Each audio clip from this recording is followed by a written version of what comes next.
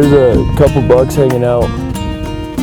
If you see that big red rock, come left to that red shell knob.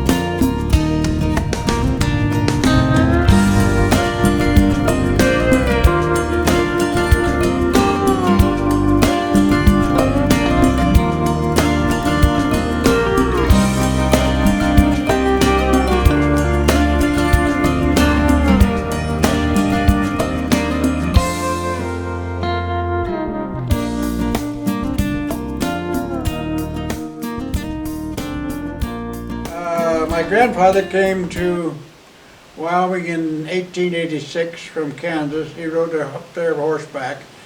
He went to Gillette and started a store in a tent when the railroad came to Gillette. My grandfather was never a rancher, he was a storekeeper. You know, there's a freight elevator, and I don't know whether that's still there, but boy, that was a big thing for my sister and I to ride up and down that freight elevator one, and we had the rope deal, you know, and that was a big deal for us to ride up and down there. I don't know what's in the back end of that, whether the building or not. There's a tattoo parlor in the front of it now. Yeah. Pawn shop or something. Huh? Pawn shop and tattoo. Yeah, pawn shop and tattoo parlor. This barn was built in 1969, I think it's about 39, it's above the door there. And my dad and, well, to begin with, they built an ice house down there and had a regular stonemason build it. My dad helped him, and he said, well, my God, I can do that. And so he and another fella went ahead and built this, and then I guess I was involved more in mixing the concrete, you know, in the old boxes that we didn't. And same way in the other shed over there. My dad and I built all of that, and I mixed most of the concrete, and he laid up the rocks. And we'd pick them up, and there used to be a big pile up down here where the shop is, and I mean, we'd go out and haul salt, and then we'd bring back a pile of rocks, or, you know, and we'd throw them in that pile. And that's what we worked on then when we finally went to building the sheds and stuff for that pile. He particularly liked rocks about this size because you could put them in. The big rocks you had to break up to do it. But we didn't build it, you know, day in and day out. Why, we had other work to do, and we'd go work on it. And we had panels, which some of them were upstairs, that were this high and I think 10 foot, and they were braced, and you built in layers and went along, and as you built back here, then you moved the other panel over here and braced it and went on.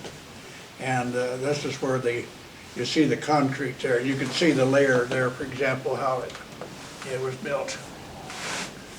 My grandfather owned a place over on Horse Creek, which we own today again.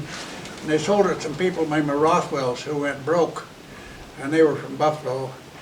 And grandfather took the logs as part of the payment on it, and also quite a bit of dried beet pulp. And I think he even took some sheep on it. And I really don't know the details how he finally got paid out, but that's where the logs came from. And they're not wood that you can put in the ground. I mean, they'll rot in the ground in a couple of years, so about this is the only place they're good for is a partition or a crell or something like that.